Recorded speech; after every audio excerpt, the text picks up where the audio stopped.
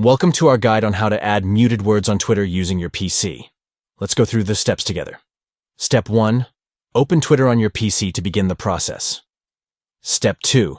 Navigate to the Notifications tab after launching the Twitter app. Step 3. Click on Settings or the gear icon located in the upper right corner of the page. Step 4. Select Filters and then open Muted Words at the bottom of the list. Step 5. Tap the round plus icon highlighted in blue. Step 6. Enter the word or phrase you want to mute in the provided field and choose the mute source and duration options below. Step 7. Finally, click on Save in the upper right corner of the page to add the muted word to your account list. By following these steps, you can customize your Twitter experience by muting specific words or phrases from your timeline. Thank you for watching. We hope this guide has been informative in demonstrating how to add muted words on Twitter using your PC. Enjoy a more tailored and personalized Twitter feed by muting content that you prefer not to see.